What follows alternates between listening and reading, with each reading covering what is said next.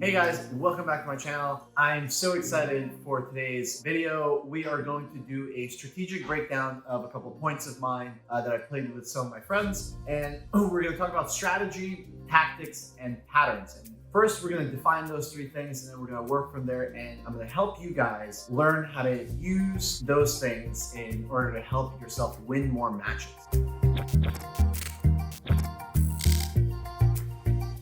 First, let's define strategy. So what is strategy and how does it apply to tennis specifically? Strategy is your assessment of your own strengths and weaknesses versus your opponent's strengths and weaknesses. So I'll give you an example. Your opponent's strengths and weaknesses, I'll use myself as an example for that. I'm a big guy, 6'4", 215 pounds. What do I probably not do well? Well, I probably don't change direction very well. Great.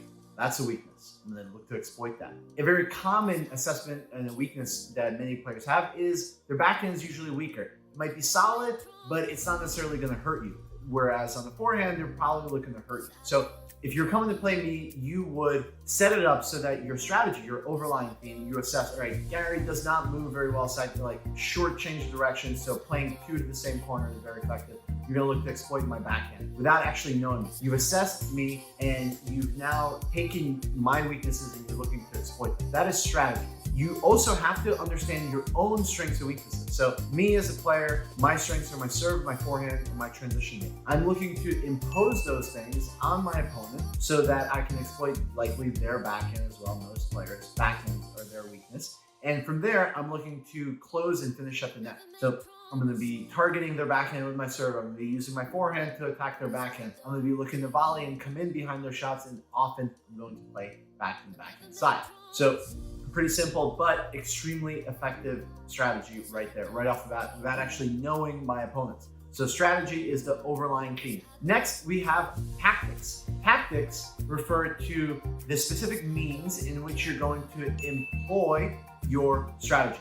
So both mentally and physically. For example, if we know that your opponent is trigger happy, your tactic would be stay patient in the rally, get beyond the first 4 to 6 shots so that you can give them the opportunity to be trigger happy and miss. They're impatient. You've now taken the mental side of the game and connected it to what you're actually doing on a point-to-point, shot-to-shot basis. You're looking to stay in the rallies a little bit longer, give them the opportunity to miss, and then help them miss, make them uncomfortable. The next step is patterns, and patterns refer to the specific 2 to 3 shot combinations that you're going to use to exploit your opponent's weakness. You're going to take me, for example, a great pattern against me, and players do use this a lot. Hint, you're going to play behind me. As a big guy, I'm not changing direction very well, so a great 2-shot pattern is going to play deep to the backhand, angle to the backhand. Now, not only are you forcing me to change direction and move up on the ball, not something that I'm necessarily good at, but you are exploiting the fact that I do not change direction very well and you are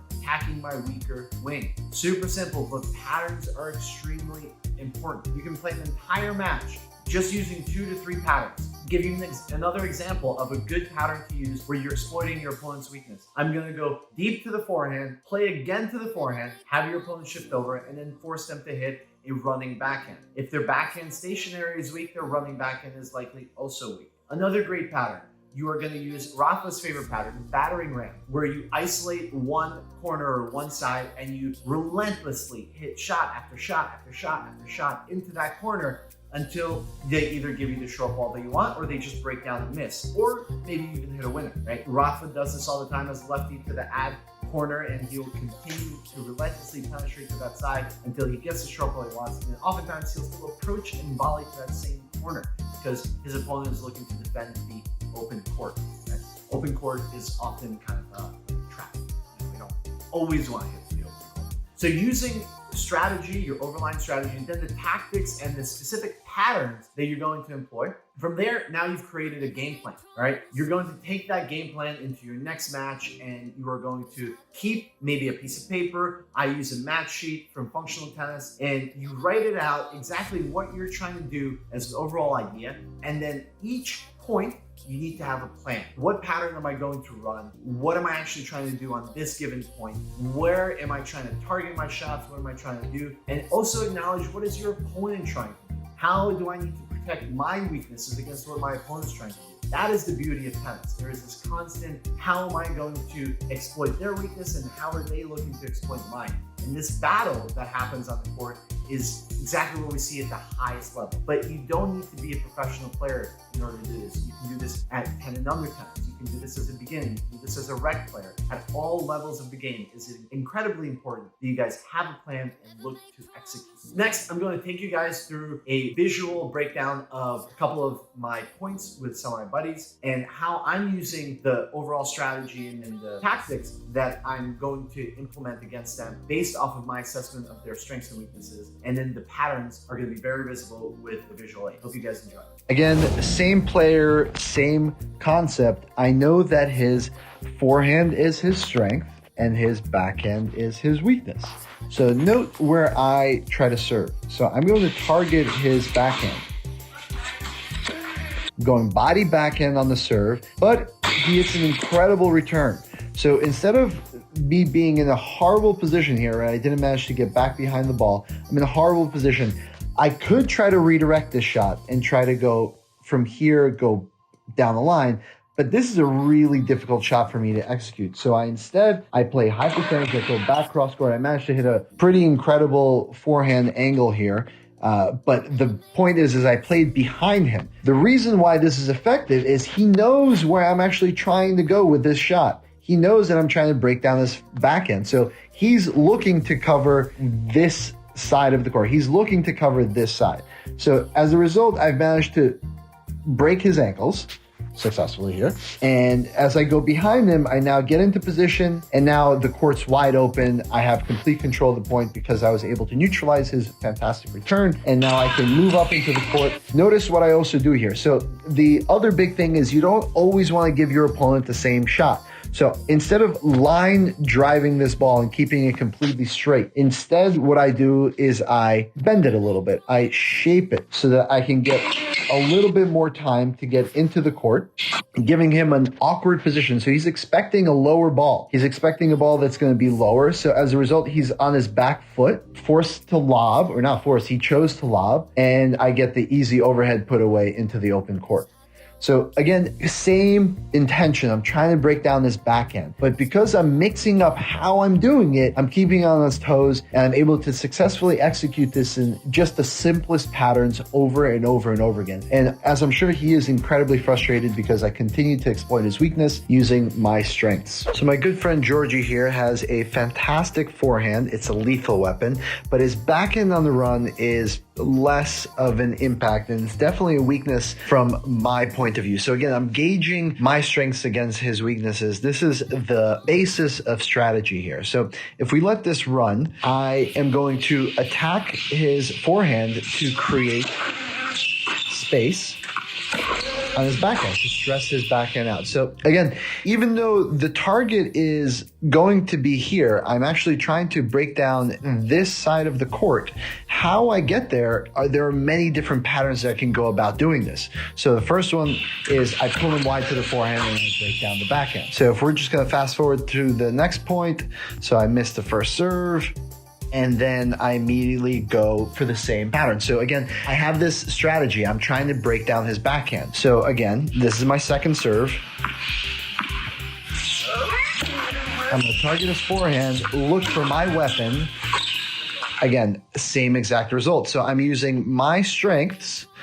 So I use my forehand, my serve to pull him over to the side to create space in this corner of the court, right? And then I'm using my forehand, looking to use my weapon again. And then I'm going to penetrate with my weapon to his weakness, forcing him into an uncomfortable position, yielding another error. So again, pretty simple, but this is the very basis of strategy. I have this idea, I know what his weaknesses are, and I'm just using simple tactics, simple patterns, right? I'm pulling him wide to one side to open up the space to the other. Here we have a different camera angle, same opponent, my good friend Georgie. And again, his forehand is definitely his strength. 100% it's his strength. It's a cannon when it's in the strike zone. His backhand is definitely the weakness. So as we do this, as I play this point, note what I actually try to do. So I start off good serve to the back into the weaker side, I do get a weaker shot. So here, I'm in a good position. I can actually go right back down to his weakness, but notice where he's located. He's actually in this corner. So I realize that I'm not going to actually be able to hurt him from here. So instead, what I do is I play to the opposite side. So now I've stretched him out. I'm going to pull him. Notice this entire half of the court now is now wide open. And after I've made him move to this open court, if you can see from behind me, he's going to chip this ball, and which will give me another opportunity to use my forehand, get into position, and now he's in a terrible position. Notice where he is when I make contact with that ball. He's not fully recovered. He hasn't gotten all the way back, which his recovery position, if he plays down the line, should be back over here. He hasn't managed to get all the way back, and as a result, gives me a great angle here. So now I can pull him off the court, follow this shot forward, and now he's completely stretched, right? He's going for the lob. I know that he's not going to be able to hurt me. Look as he moves to this court, to this corner of the court. He's not hurting me from this position, right? He's completely open racket faced. Most he can do is probably flick it at me. So from here, I get that high ball and I have an easy put away, open court. Again, having this idea of what your opponent's weaknesses are, even if you're not going to directly target it every single time, you have this intention of what you're trying to do and build in every single point. I hope you guys enjoyed this video. I'm super pumped that you guys got some strategy help out of this video, some single strategy help. And do not forget to like and subscribe to this channel, and make sure you guys tune in next week. We are going to have another great video for you guys. I'm so pumped that you guys are here. Hope you have a great day. I never make promises.